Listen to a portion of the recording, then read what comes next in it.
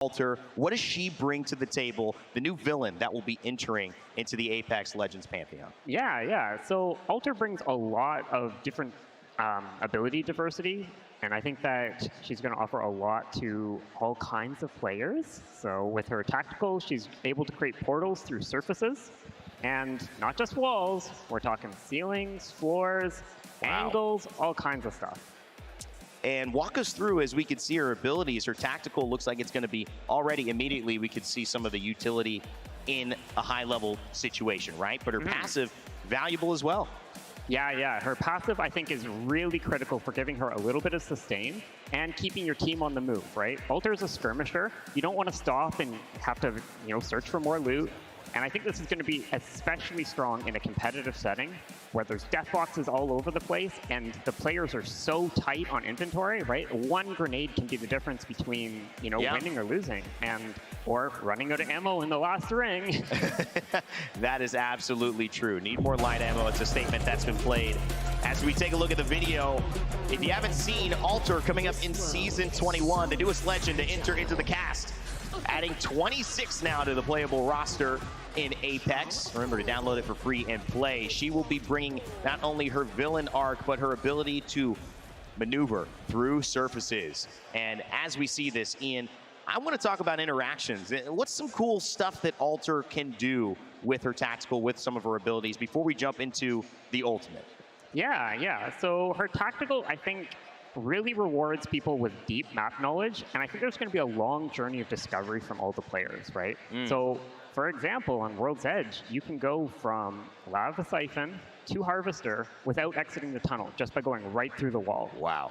But, that's not all, right? We maybe have some fun legend interactions, too. Okay. So, Can you give us a little sneak peek at what those might be? Yeah. Okay, so, come on, Ian. if you're running a Wraith, and you got it an Alter as well, a Wraith can put her ultimate portal and place it while going through an Alter tactical.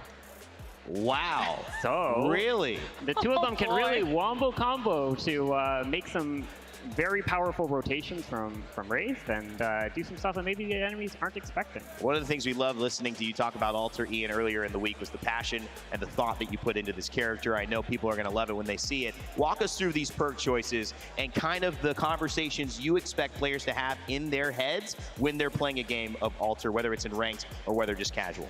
Yeah. So we found it really interesting when you could either lean your playstyle into the ultimate or the tactical. And so at the first tier, you can get your ultimate a little bit more frequently. You have it when your team needs it. Or maybe you're trying to play really aggressive. You want to know when you're breaching into an enemy, which person to target exactly. So with the Void Vision, you get to see your enemy's health bars while you're phased and a little bit afterwards so that you can precisely target the person who's weak.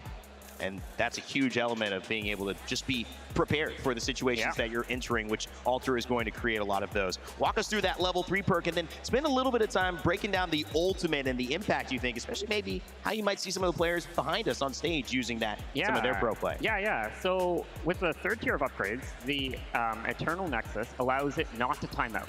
Normally it will time out after about 2 minutes, but in this case, you can stick it, it'll stay there until it's found by enemies and destroyed or killed by the ring. But this gives you a ton of versatility for your team, right? You don't have to worry about throwing it out right before you do something. You can throw it out there and know that as a safety point you can go back to at any point going forward, and allows you maybe to hold more angles or take up more space than you'd otherwise be able to. With a tactical cooldown, it's a pretty sizable thing. So the tactical normally has a 30-second cooldown, so this cuts quite a bit off of it.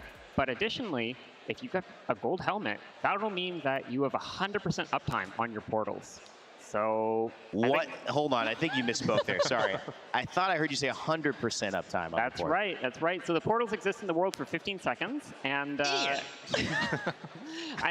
think it'll allow a lot of opportunity to play really uniquely around your portals, and I think that people are going to do some crazy stuff with it. Ian, it's really insightful. So cool to have you on, and again,